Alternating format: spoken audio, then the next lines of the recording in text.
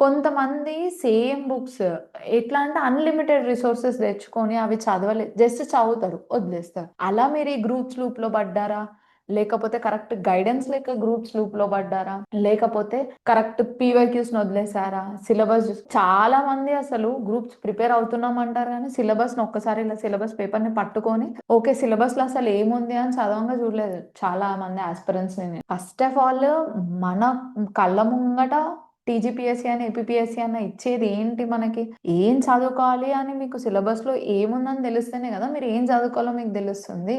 అన్ని రిసోర్సెస్ తెచ్చుకొని ఏం చదవాలో, ఏం చదవద్దో సిలబస్ చూసుకోకుండా ఎలా చదివేస్తారు? చాలా మంది ఆస్పిరెంట్స్ మెయిన్ మిస్టేక్ అదే చేస్తారు. సో ఫస్ట్ మీరు ఒక క్లారిటీ తెచ్చుకోండి. ఏంటి?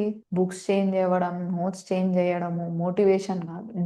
డిసిప్లిన్ అనేది ఫస్ట్ ఇంపార్టెంట్. ఫస్ట్ ఒకటి యాక్సెప్ట్ చేయండి, గ్రూప్స్ అనేది అన్సర్టైన్. నెక్స్ట్ ఒక బ్యాకప్ ప్లాన్ పెట్టుకోండి. బ్యాకప్ ప్లాన్ ఏంటి అంటే, ఒకవేళ గ్రూప్స్‌లో రాకపోయినా ఎవరైతే 24 ఇయర్స్ అయిపోయారో వాళ్ళు ఫైనాన్షియల్‌గా స్టేబుల్ కావడానికి ట్రై చేయండి. ఏదన్నా ఎనీ స్మాల్ జాబ్, ఎందుకంటే మీ ఖర్చులకి మీరు ఎవరి మీద డిపెండ్ కాకుండా చూసుకోవడానికి. ఎందుకంటే గ్రూప్స్ ఎప్పుడు ఎలా అవుతాయో, ఎన్ని ఇయర్స్ ఈ లూప్‌లో ఉంటారో, ఎంతసేపు అవుతుందో తెలీదు. కాబట్టి ఫైనాన్షియల్ స్టెబిలిటీ కొంచెం తెచ్చుకోండి. తెచ్చుకున్నాక క్లియర్‌గా ఎలా స్టార్ట్ చేయాలి, ఎట్లా స్టార్ట్ చేయాలి అని తెలుసుకోండి. నెక్స్ట్ ఏంటి?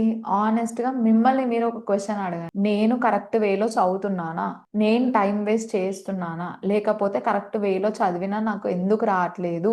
నేను ఎక్కడ ఏం మిస్టేక్స్ చేస్తున్నాను అని మీ ఓన్ మిస్టేక్స్, మీరు ఏం మిస్టేక్ చేశారో చెప్పండి. ఆ మిస్టేక్స్‌ని సాల్వ్ చేసే వాళ్ళు చాలా మంది గైడెన్స్ ఇచ్చేవాళ్ళు ఉంటారు. కాకపోతే మిమ్మల్ని మీరు ఫస్ట్ మీ లోపల ఉన్న మీ వీక్‌నెస్, స్ట్రెంగ్త్, మీ తప్పులు మీరు తెలుసుకున్న రోజు ఈ ప్రిపరేషన్‌లో మీరు ముందుకెళ్తారన్నమాట.